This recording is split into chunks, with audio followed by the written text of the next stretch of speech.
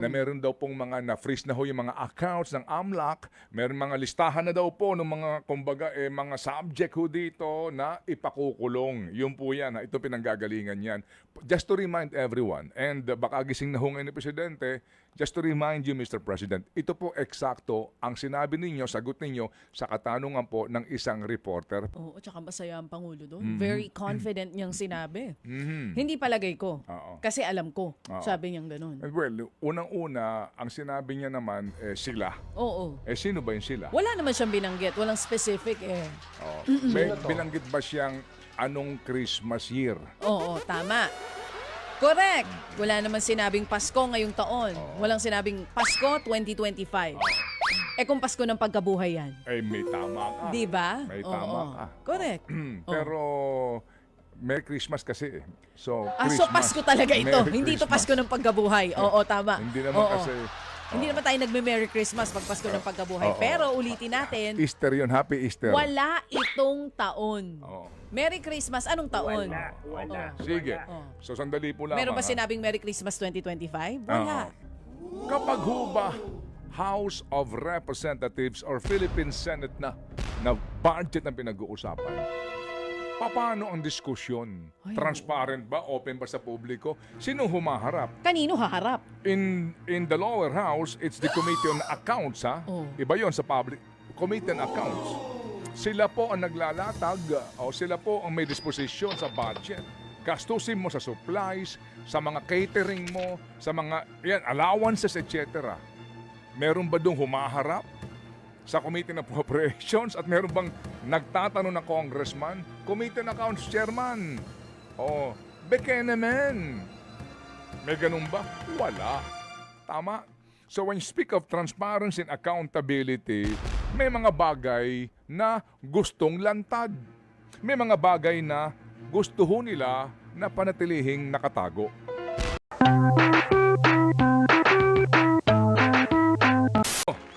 Birahe, girl, birahe. Oo, kailangan. Ang dali lang. Narinig mo naman yung nakikinig sa ating kahapon sa Pabida sa True FM. Ano? Paglipat niya daw ng radyo, nung naghahanap siya ng mapapakinggan, narinig ka niya Okay. na nagagalit ka. Easy. At simula noon ay hindi na siya naglipat ng radyo. Easy. Kaya sinasabi ko sa'yo, yung birahe na yan pag hindi ka bumibirahe, ay talaga namang namimiss sa mga kapatid natin. Okay. Lumalayo yung biyahe, pati ho itong mga may kargamento. Ang tanong nga din sandali lang. Ano ba na naman ang problema dyan? Wala pong pondo. Pero may pondo kayo sa mga ghost flood control. Nako, ito na pala. Oo, ay din ang aga ng birahe. Pero okay lang yan. Kailangan talaga yan. Opo, sige, Alam mo ba mamaya kung po magkano naman ang yan. pondo Bilang pa- para dyan? Ha? Ang magkano ang pondo para dyan? Magkano? 260. More than 260 million pesos. Aba, para lang sa future plans yan. Oh, di ba? Hindi ba? Tapos hindi nyo pa dadaanin yung malalaking sasakyan. Ang pwede lang. Anong klase yung pagre-rehabilitate niyan kung maliliit lang ang pwedeng dumaan? Argabyado po ang ating mga pangkaraniwang commuters at mga motorista Oo, kasi dito layo po ng sa iniikot. pangangailangan ng pera pero po sa importanteng tulay kapos ang budget ng DPWH. O sige, mamaya po lang naman yan. At maliban po naman dyan, definitely po ang ating mga pag-uusapang issue. Gusto ko ho sanang medyo lumubay-lubay muna sa mga isyong pambayan pero baka po pahapyawan lang natin ito. Kasi nga ngayon, mukhang mamaya na lang, girl. Nahihiya ko sa iyo. Ikaw naman, huwag ka mahiya sa Dali amin. muna.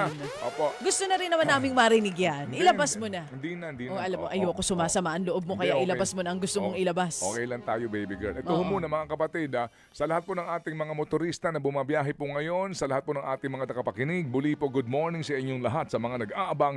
Ano ho bang ating pabida today? Aba girl, maya-maya po ng kaunti kasi nga po, tuloy-tuloy po yan. Ito pong ating programa nga po ay binibiyayaan ng mga taong nagmamalasakit at higit sa lahat po, hindi man lang po humihingi ng anumang pong kapalit. Amen. Okay, sige. So, may resulta itong Pulse Asia. After ng SWS, medyo ako lang yung naguguluhan. Ano po, dito po sa sa sinasabing balita, yung trust? yung twist Oh. sa balitang ito. Bakit? Saan ka naguluhan dyan, baby boy?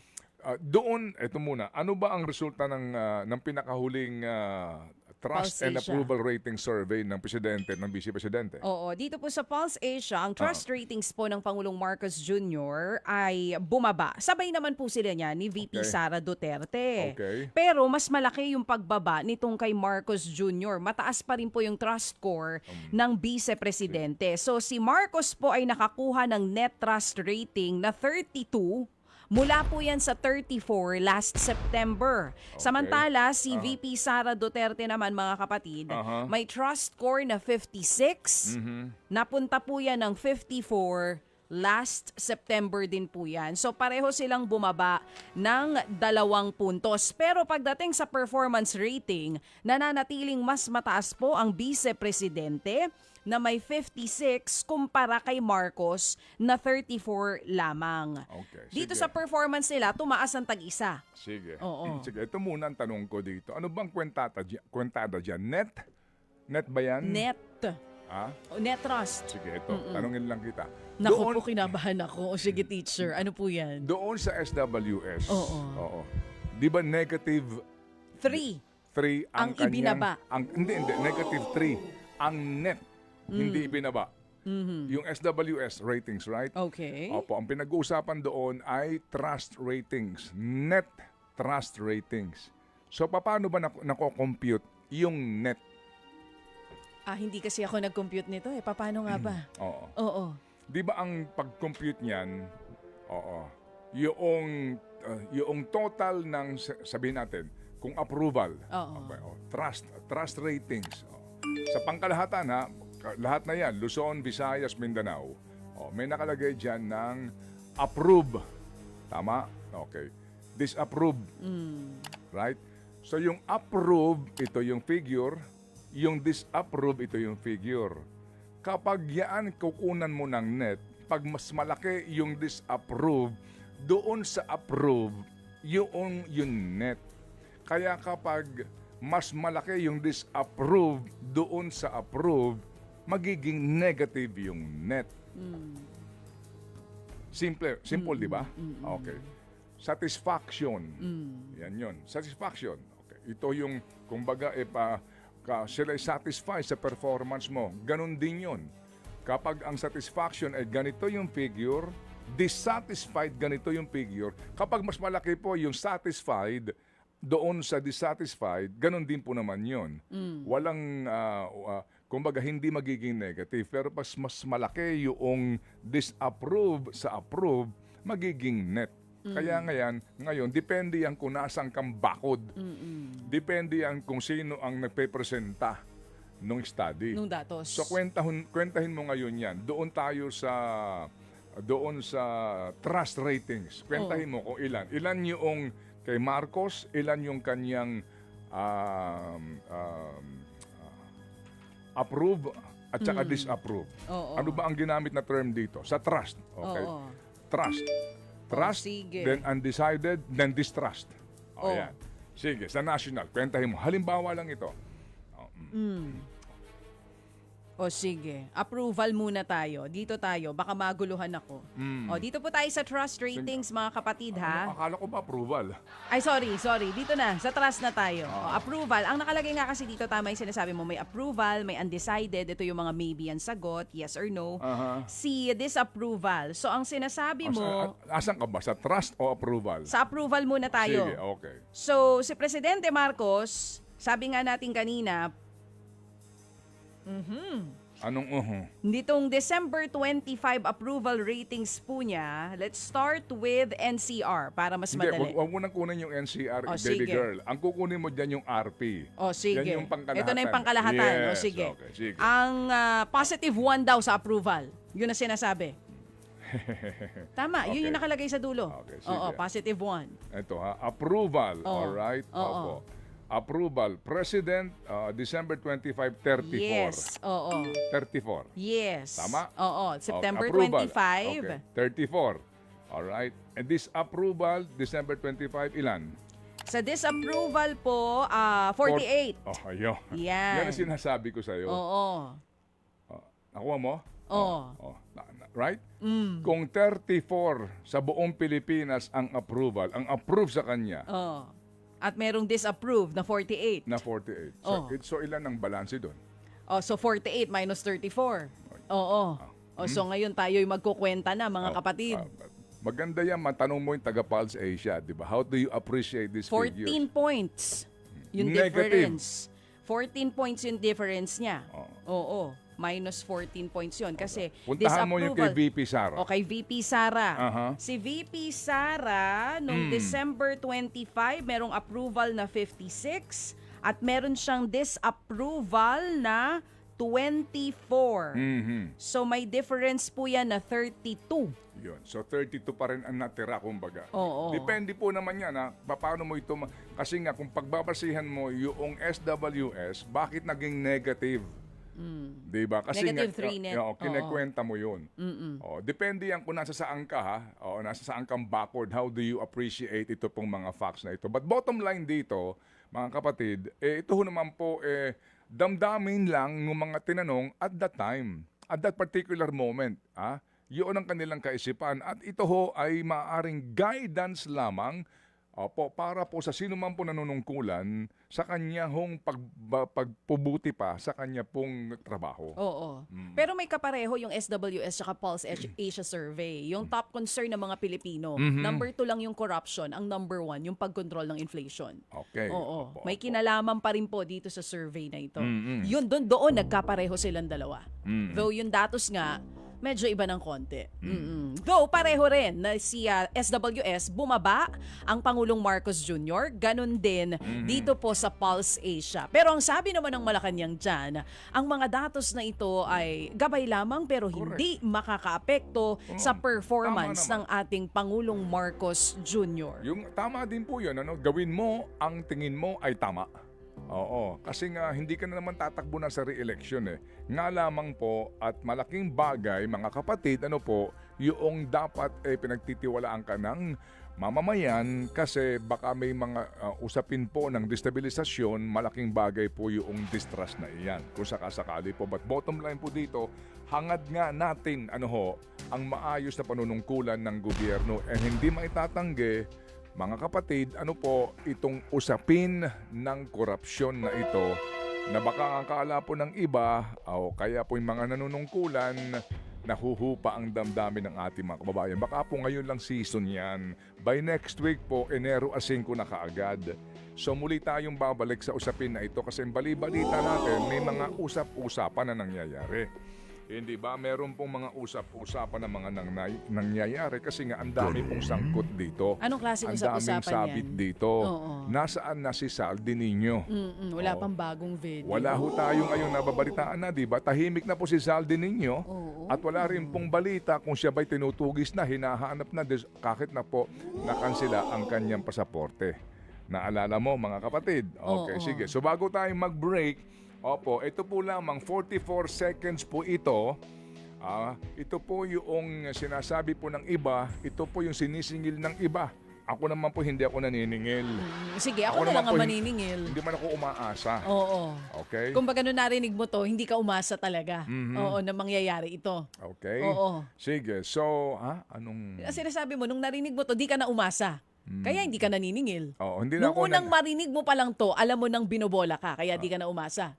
You are putting thoughts in my Hindi, mind. question mark yun. Question mark, Okay, question sige. mark. Anyway, Oo. bago tayo mag-short break po, kasi nga ang daming OA Oo, sa sinabi mga mo. panahong ito. Ito, Opo, tignan ito lang natin. po, may tanong po dito yung reporter. Oo. Ito po ay yung kanyang briefing na ginawa sa Malacanang kung saan po sinasabi niya na meron daw pong mga na-freeze na ho yung mga accounts ng AMLAC, meron mga listahan na daw po ng mga, kumbaga, mga subject ho dito na ipakukulong. Yun po yan, ito pinanggagalingan yan. Just to remind everyone, and baka gising na ho ngayon ni Presidente, just to remind you, Mr. President, ito po eksakto ang sinabi ninyo, sagot ninyo sa katanungan po ng isang reporter. Panoorin po, pakinggan natin. Yeah. The first question will be from Alvin Baltasar. Mr. President, magandang umaga po. Mr. President, nabanggit nyo yung sa presentation, meron ng mga nasampahang kaso at ang hinihintay po talaga ng taong bayan, merong makulong. Ang tanong ko po, Mr. President, kailan po kaya mangyayari na may makukulong at kailan po ito? Palagay ko, hindi palagay ko, alam ko, bago magpasko, marami dito sa napangalanan dito ay palagay ko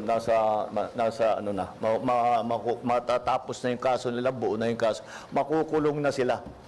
Wala silang Merry Christmas. Before Christmas, makukulong na sila. Yun. Oo, tsaka masaya ang Pangulo doon. Very confident niyang sinabi. Hindi palagay ko. Oo. Kasi alam ko. Sabi niyang ganun. Well, unang-una, ang sinabi niya naman, sila. Oo. Sino ba yung sila? Wala naman siyang binanggit. Walang specific eh. May binanggit ba siyang anong Christmas year? Oo, tama. Correct. Wala naman sinabing Pasko ngayong taon. Walang sinabing Pasko 2025. Kung Pasko ng pagkabuhay yan. May tama ka. Di ba? May Oo. tama ka. Correct. Pero, Merry Christmas kasi. So, So Pasko talaga ito. Merry Hindi ito Christmas. Pasko ng pagkabuhay. Oo, tama. Hindi naman Oo. kasi... Hindi naman tayo nagme-Merry Christmas pag Pasko ng pagkabuhay. Pero ulitin natin, Easter yun. Happy Easter. wala itong taon. Oo. Merry Christmas, anong taon? Wala. Sige. So, sandali po lang. Meron ba sinabing Merry Christmas 2025? Wala. Okay, sige. Ang tawag dito, baby girl, ay... Ang nagdudugtong po yan ng Pangasinan na Tarlac, yung bridge na iyan. Itong highway na ito. Oo. Minarkahan ko na ito eh. Oo, Carlos Opo. P. Romulo Bridge o ang tawag nga po ng mga tao ay Wawa Bridge. Opo. Ito po mga kapatid ha, ay dinadaanan po ng mga patungo din po ng norte hanggang papunta ka din ng La Union, papunta ka ng Baguio, dadaan ka po Yes, dito. May reklamo yes. nga po ang mga bus, ang mga heavy trucks, ang mga delivery trucks kasi diverted po sila kasi nando doon po temporary bridge. Nangyari po ang pagkasira nito noong pang 2022. Magandang umaga po, Direktor. Magandang umaga po, Manong Ted. Magandang umaga po, DJ Chacha. Magandang umaga sa inyo kapakinig Apo, po. apo. Ano pong update ninyo sa construction po? Mismo ha, hindi po yung diversion. Mismo ho yung tulay para po hindi na mag-divert po ang mga motorista. Ito po, actually po, Manong Ted, banggitin ko na lang din po, yung temporary bridge ma-install po namin ng nitong January. Matatapos po to. And then mag-start po kaming gawin yung tulay. I-demolish po namin yung tulay na nasira at gagawin po yung bago. Kasi po, hindi po namin magawa na babago sana ho kami ng alignment nung tulay, pero hindi po namin magawa dahil hindi po kami magkaigi dun sa acquisition ng right of way. Kaya ang nag-decide po kami na ito ng dati ng alignment ang gagawin namin. Opo. Mag-start din po kami niyan ng by February dun sa bagong tulay, and we expected na matapos po ito next year, 2027, second quarter. Aray ko. Sino ang inyong katalo doon sa right of way issue? Yung po yung sa may-ari po kasi ng lupa, medyo nahihirapan kami. Dapat po kasi dun sa luma pong alignment, hindi namin yan wala na sa kaming problema sa right of way, dati na pong na-acquire yun. Kaya nga. Kaya lang po kung itatabi po namin dito, yung right of way kasi mga 14 ano po yan eh. Ang width po namin, yung kay Ridgeway lang, mga 14 meters o mag-a-acquire kami more or less mga 20 meters magkabilang side. Medyo Okay. nahihirapan po kami doon. Kaya medyo ibinalik po namin sa dating alignment at yun po yung gigibain namin para mag-start po kami ng by February. Gibain na po namin yung tulay na ginagawa ngayon, yung dating tulay at yun po matatapos po namin next year. Ay ha, so meron palang hindi pala ito public domain na maaari pong tamaan kung sakasakali nga po na babago kayo ng alignment doon sa kanyang kasalukuyang lokasyon. Magkano ang cost ng bagong tulay, sir? Ito po, ang bago pong tulay, maabot po nasa 1 billion ang cost po. Kasi po, hindi po ito, ang tinawag, may bago po kaming design na inintroduce dito. Ito po yung mayroon po kaming box girder na gagawin na balance cantilever kung tawagin sa technical na term. Ito po ay may 100 meters po na unsupported span na walang poste, 100 meters yan para maluwag po yung pagdaloy ng tubig.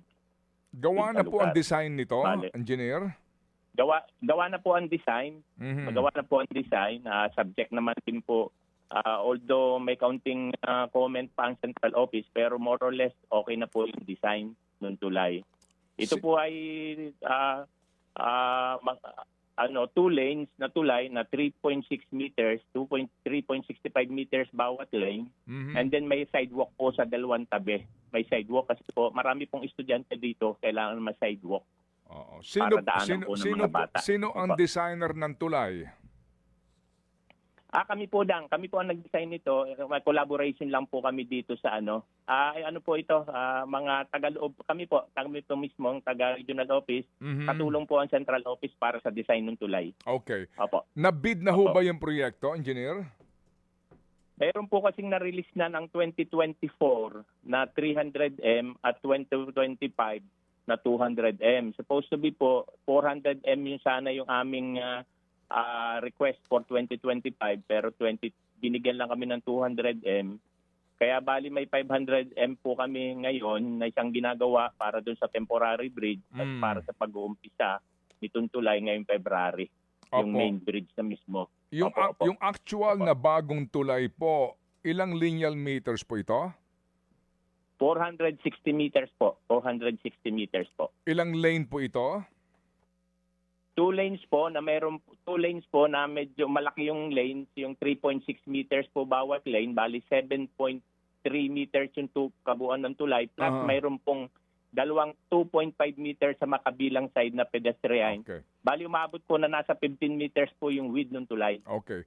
Opo. Meters. At ano na po ang maximum tonnage nito? Ito po ito po yung abot po ito ng 100 tons kaya po to. Okay. Opo. Ngayon, sir, ang sinasabi po ninyo, sandali, dito po na sa inyong program of work, ilang calendar days po bago matapos ito? Assuming po na everything is in order, wala na naman delay? Second quarter po ang target po namin, second quarter ng 2027 matatapos po namin. Kung kaya pa pong mapabilis namin, may usapan kami ng contractor. Kung kaya ng first quarter, pilitin namin ng first quarter ng 2027. Usapan nyo ng contractor. Sinong contractor ito? Ang contractor po nito ay MG Luwalhati po. Ito naman po expert sa tulay at marunong naman po ito. MG Gumagawa po talaga ito ng tulay. Hindi ito Silver MG Wolves. Luwalhati. Hindi ito Silver Wolves. Hindi po. Ito po talaga, expert po nila talaga yung tulay. MG Luwalhati, mayroon po siyang kapartner na sa foundation, pagdating sa foundation naman. Apo. Okay. Ito pong temporary na tulay na ginawa ninyo, magkano ang cost nito at bakit doon pa lang po natagalan pong pag-aayos na? Ito po kasi, yung lugar po kasi na Agno River, para po sa kanyang kaalaman, Sir Ted, DJ Chacha. Medyo dito pagdating po ng June, mataas na ang tubig. Hindi na po masyado kami makatrabaho kapag mataas ang tubig. Kasi ito pong temporary bridge, kailangan nagre-require din po mag-drive din kami ng pilote para po mas matibay po at hindi mawas out agad ito ng baha. Although ito po ay mas mataas ng mga ilang, more or less than a meter dun sa flood level. Pero naka-foundation din po ito ng board piles din po ito para lang po masigurado na hindi po ito masisira. Ang kasama po sa cost na more or less na tulay na 1 billion, kasama po yung cost ng temporary bridge na maabot na nasa 50. Kasi 2 lanes din po ito, 8 to 10 tons, tapos may pedestrian din po. May pedestrian din po para sa mga bata. Opo. Yes, engineer, so nangangahulugan po na mahigit pang 1 taon o pag minamalas-malas tayo sa panahon and other factors, mga 2 taon pa na diverted yung mga bus, mga trucks na mga may kargamento dito po sa ruta na ito. I'm sure po ako hindi po abot ng 2 years. Mga 1.5 years po maximum po kami. Okay. 1.5 years pa. Opo. Yan po. Tatapusin po namin yan. Opo. Yun po bang passenger bus hindi talaga kaya dumaan sa temporary bridge para man lang hindi lumayo yung biyahe ng mga commuters? Pag i-determine lang po namin not more than 10 tons, pwede po namin padaanin yung mga bus. Kasi ito ho, kaya nakaabot sa amin ito kasi nga po, ang dami po mga motorista, mga commuters lalo na, ang nagrereklamo, tumatagal ang biyahe. Nakakailang kilometro Sige po po. Opo, go ahead. Padadaanin po namin, sir. Padadaanin po namin yung mga buses. Huwag lang pong masyadong maraming karga siguro o ano. Oo, Kasi oo. normal lang po ng mga buses. Padaanin po namin. Basta ngayong January na hanggang February, earlier part ng February, mapadaanan po namin yung Opo. temporary bridge namin. Opo. Ang concern po namin, safety. Of course, safety.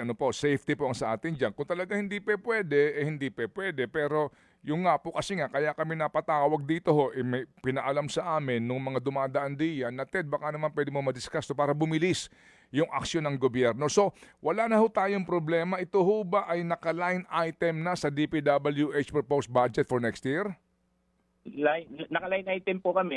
Supposed to be po, mga 2026 po, may 244 million kami. To 2027 po, may ano po kami, may 256 M para fully funded po. Opo. Ito ho. Tapusin po namin ito, Sir Ted, Mhm. ng before second quarter ng 2027 at itong po yung temporary bridge. Pagdadagdag po kami ng mga patibay para madaanan po ng mga buses. Walang proponent to ha. Ito kusa ito ng DPWH. Yes po, after po nung bumagsak ito ng October ng 2022, ni-request ko na po agad ito ng funding. Although hindi po napunduhan ng 2023. Yun naman hong 2023 na taon na yon, ginamit namin para mag-soil exploration, gawin yung design ng tulay. And then 2024 ho napunduhan. Opo. Okay, sige po. Engineer, sorry po. I just have to ask you this, no? Sorry po. Kasi kung ating maaalala, nag-tender kayo ng inyong resignation September 4. Bilang director dyan sa Region 1. Because of this controversy nga na pinuntahan ni Sec Vince at ni Mayor Magalong dyan po sa La Union na proyekto, no? Bagamat wala ho naman pong sinasabi nga dito na agad-agad na ugnayan sa katiwalian, pero nag-tender kayo ng inyong resignation. Kumusta po ito? Ay di po, yun po ang aking tender pong resignation, yung courtesy resignation na yun po yung courtesy resignation na panawagan po ni Secretary Vince sa lahat po ng empleyado. Yun po yung pag-tender po ng hindi po yung related dun sa ginawang pagbisita ni Secretary dun sa district implemented project na pinuntahan po ni Secretary. Opo. Yun po yung ginawa namin September 4, yun po yung sa unang pag-upo ni Secretary, panawagan para sa courtesy resignation po. So yung po bang proyekto under Silver Wolves na tinawag po ni Secretary Vince na talaga namang kawalangyaan, hindi po yung proyekto ng region? Hindi po. Proyekto po ng district office yun. And in fact po, ang region ang nagkandak po ng quality assurance unit, ng quality assurance determination para doon po sa project. Opo. Kami po ang regional office po ang nag-submit ng report tungkol sa doon sa quality assurance po ng proyekto. Nakorek na ho ba yun? Kasi nung pinuntahan nila, yung pong mga daluyan ng tubig na nanggagaling doon sa loob po ng pinaka-riprap niya, kumbaga pakitang tao lang, fake tube nga ang sabi. Nakorek na ho yun, engineer? Yun po, yun naman po yung, actually yung pong tubo na sinasabing daluyan, yun po yung tinatawag namin sa engineering terms na weak walls po. Hindi po talaga tagusan po yun, Sir Ted. Yung pong weak walls na yun po ay inilalagay na tubo para yung pong mga lupa na nasa loob ng revetment mismo, yung mga moisture, yun po ang nilalabasan. Yun po nilalabasan. Yung hindi po tagusan po talaga yun po, hindi po talaga tagusan po yun. Nakorek naman po yun at may mga ilan din po na hindi ko lang po ma-report namin pero nag-submit po kami ng quality assurance at doon. At I think yun po yung naging pinagbatayan ng case na nasampa. Nasuspende po kasi yung district engineer doon at ilang mga empleyado ng DPWH. Suspendido na po yung district engineer. Meron bang kapalit na bago? Meron po akong pinalit na temporary lang po hangga't hindi po walang pong inilalagay pa ang permanente ang central office ng ating po secretary. Opo. Ano pong mga lalawigan ang sakop ulit ng Radio 1, sir? Please, Pangasinan, La Union, ano pa pong lalawigan?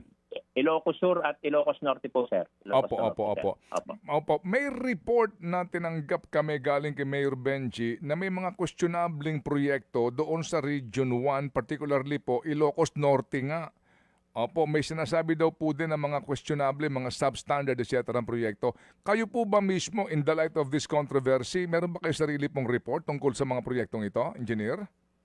Yung pong nababanggit, kung mamarapatin po ninyo, nabanggit ko pong isang napapag-usapan ninyo doon ay yung Gabo, yung flood control doon sa Gabo na binabanggit po sa inyo na nabisita po Yun lang po yung nakita kong sinasabi na kine-question na may problema dahil doon po sa usapin po ng force majeure. Mhm. Ano po? Mm-mm. Kasi po yung force majeure po kasi, as usually po, Manong Ted, para po sa inyong kaalawan, Ma'am J.D. Chacha, kapag ho nasira, ang isang proyekto nasira po ng bagyo, actually marami pong bagyong dumaan doon, yung Emong, Egay.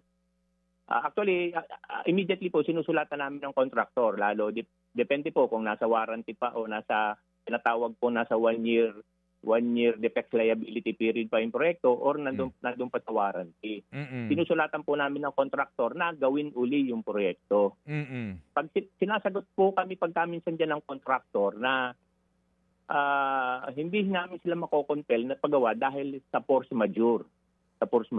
Mhm. Yun naman po kasing force majeure na tinatawag na act of God, hindi naman po nako-cover ng insurance dahil wala pong insurance company na nagko-cover po ng force majeure. Wala po.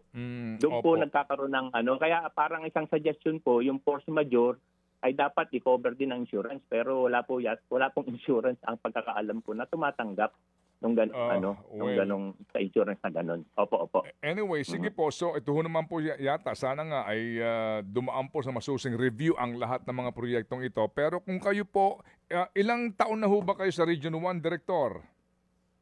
2014 pa po. Okay, so 2014, medyo may... Nag-assistant po kasi ako doon. Assistant Regional Director po ako doon. Opo, so naabutan nyo si 2014, panahon ni Babe Singson po ito, ano? And then Mark Yes po, Villar, yes po. and then ito nga po nangyaring kontrobersyang ito. Doon po sa inyong region, ilan po ngayon? Meron bang questionable, iniimbestigahan po ng mga proyekto kung mamarapatin po lamang ninyo, engineer? Ayan po yung mayroon po dun sa Region 1 na sinabi na sa buong Region 1 na suspected ghost. Pero ito bina-verify na lahat, at na lahat, hindi naman po, wala naman po. Nandun naman po lahat yung proyekto. Opo. Sige po. Iba po yung ghost sa substandard and overpriced. Ako po igagalang ko kung ayaw niyo sumagot sa katanungan na ito, pero meron ba? Meron ba so far po meron ho bang mga iniimbestigahan ngayon? Kung may alam po kayo. Doon po sa after po kasi nung na-determine po yung ghost project, tapos may ilan pong ngayon po may mga ilan pong binibisita ng ilang projects ang COA, ang CIDG, para sa determination naman po kung substandard. May mga ongoing po na binibisita. Sige, opo. Meron pa hong dito kumbaga po sa Region 1 at alam ko po pagdating pa sa hindi lang po siguro dito sa Region 1, alam ko po sa all over the Philippines naman po yung determination ng mga binibisita pa tinitingnan pang mga proyekto. Okay, sige po. Sige. Ito hong sino po ang kontraktor ng tulay? MG Luwalhati po, MG Luwalhati. Okay. Construction. MGL. Opo. Ito pong MG Luwalhati, sino may-ari nito? Kasi meron din tong marami-rami ang kanyang flood control projects under DPWH. Ito po ay sa Ilocos maging sa Abra.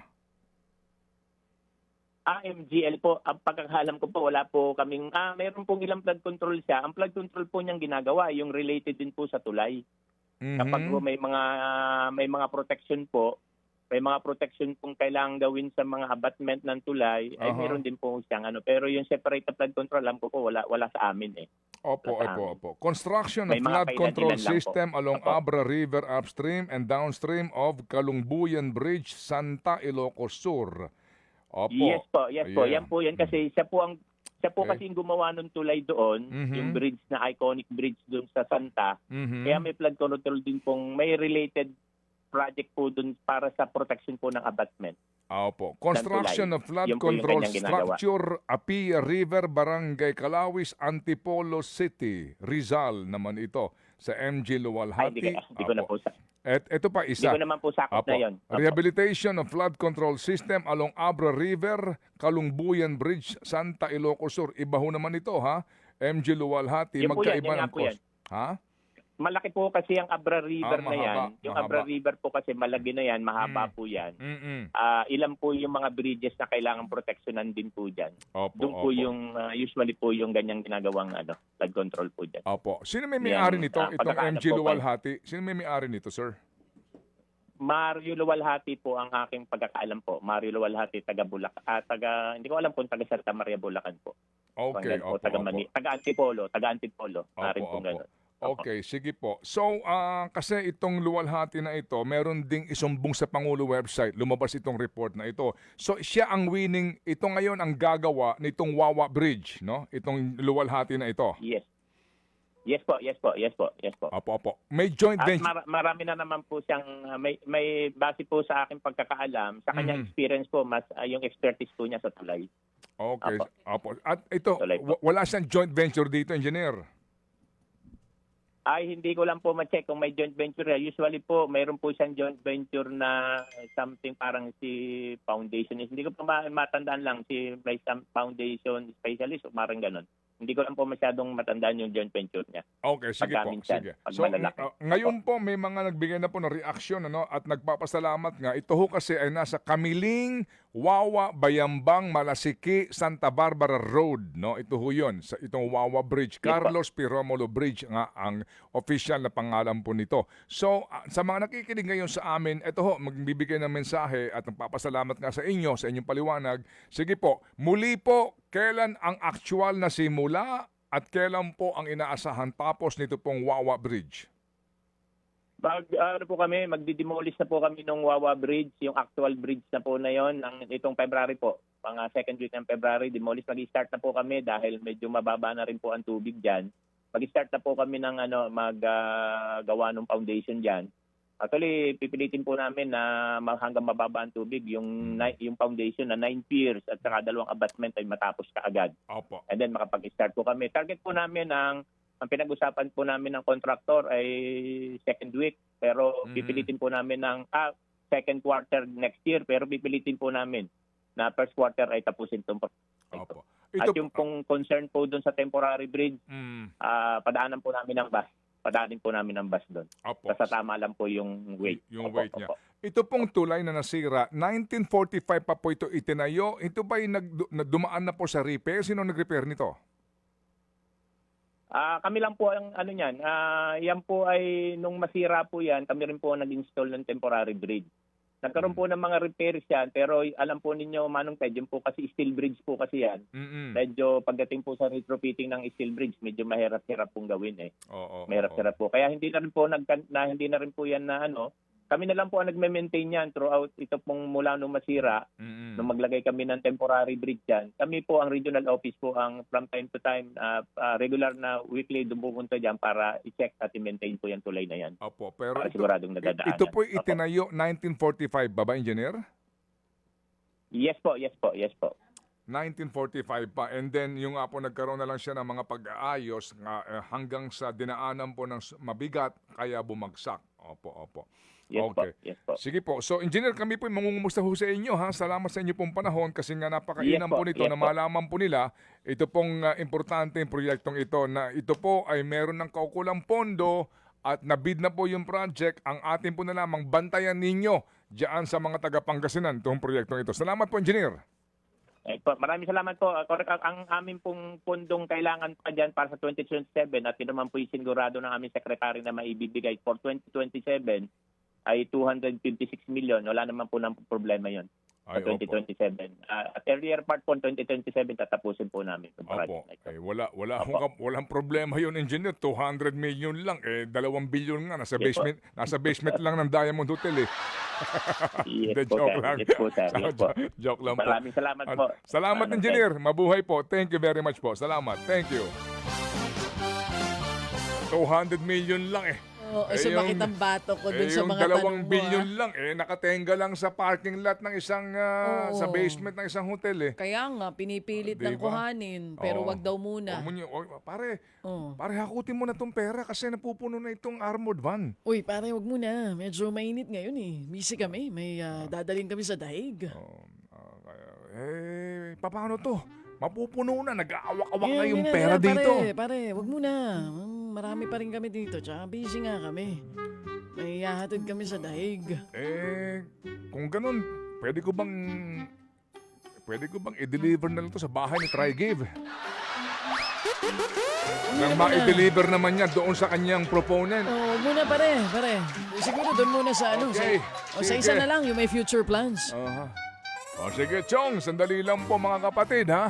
Oo, ganap ng salamat po ng marami, engineer, sa inyo pong paliwanag sa napaka-importanteng isyong ito. Ganap siya nagpadala ng mga prutas para sa ating pong mga staff dito. Uy, thank you, Miss Tess. Salamat po ng marami. Salamat, Thank Miss you. Tess Del Mundo. Thank you. Okay, sige. So, si Nanay Che dito, baka napapagod na Hindi, kakahintay. natutuwa nga siya eh. Ha? Wala daw problema. Kahit another 4 hours, maghihintay daw siya. No, nanay, nag-e-enjoy ka naman dyan. Oo. Sige. So, Nag-aantay lang daw siya mabigyan ng maleta. Oo. Ay. Gusto mo na yun na maleta? Ah. Ay, tayo doon. Baka sumakit siya natin pangkain nun eh. Opo. Oo, kahit daw isang maleta lang. Gumagano si nanay, isa lang. Oo. Isang maleta. Madali daw siya makontento, isa lang sa kanya. Isang maleta Oo. lang, ha? O, sige po. Kasi kung naaalala mo, yung dating kinatawan ng Gabriela, nahirapan din. O, nung ating mga kapanayam, di ba boy, naalala mo yon si Ma'am Brosas. Nung atin ang tinatanong, doon sa usapin po ng HOR budget mismo at that time. O, ano yan kumbaga tabu. Wala pang kapag, napapansin po ninyo, ito halimbawa, bago itong ating susunod na panayam. Halimbawa, ang isang departamento, ang isang kagawaran, lahat ng cabinet secretaries, pinahaharap.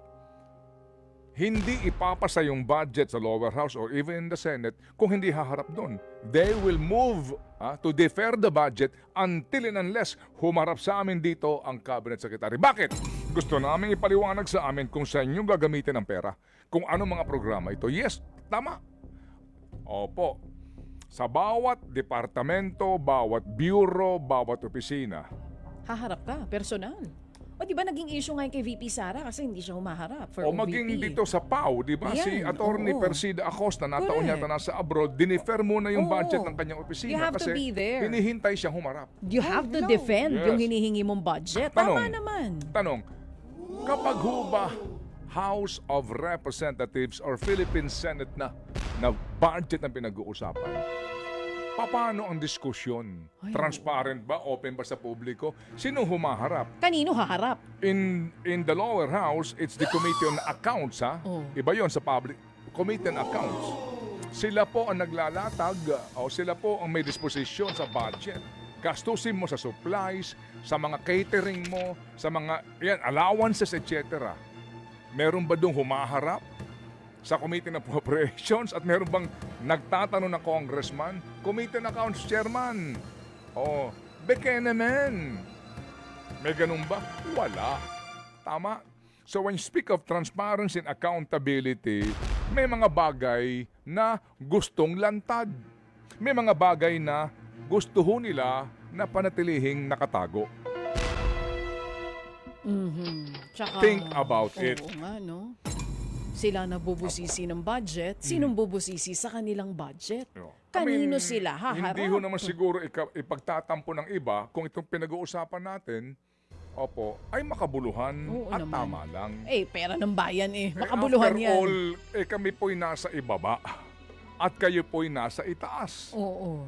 Paano ho ba tatakbo ang inyong mga aktibidades kung ang mga nasa ibaba ay patuloy pong bulag kung paano nyo po ginagasta ang perang pinaghihirapan namin? Tayo pala ang nasa ibaba. Akala ko tayo ang boss nila kasi Ha? tayo ang nagpapasweldo sa kanila Oo. Dali lang po, meron pa tayo isang interview. May gusto akong talakayin dito sa nangyari nga na hearing na ito. Ako tingin ko malaking bagay dito, malaking aspect dito, kung ba't ganun po ang nangyari. Doon sa anunsyo ni Congressman Leviste na siya ay magtatalumpati. Dahil doon nangyari po yung 40 seconds na approval, ratification ng budget.